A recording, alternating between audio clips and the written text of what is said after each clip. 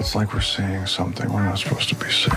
How differently was Pamela treated by the public and the media compared to Tommy Lee when this sex tape came out? Well, you know, that's a big part of what we explore in the show is, unfortunately, there's a lot of double standards that exist and still exist. And so we dive in really deep into that and exploring that. What really struck me about this is sort of the cultural significance that I don't think people really either remember or realize happened when this tape was released. Do you feel like this series was kind of trying to set the record straight, maybe right a wrong? The scripts were really, really great, and they offered another perspective that we haven't had before, and I thought they were clever, and I thought, you know, that it was asking the right questions that we're asking right now, and kind of letting us sort of re-explore that whole thing, and kind of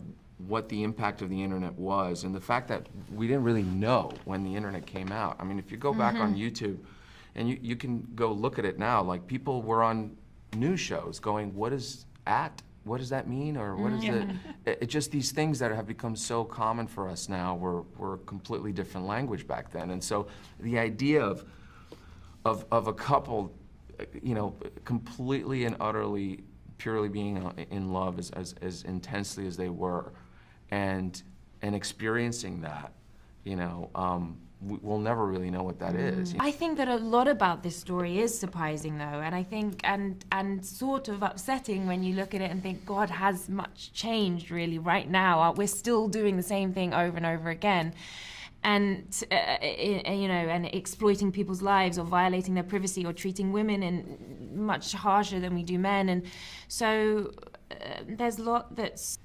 illuminating. It is timely because I think we draw from it now, and we can still kind of understand our own behavior and our own, you know, being a culprit of it, and I think that's a lot of what the show is asking and exploring. Is that how you feel? Like you have to please people? That's all I do.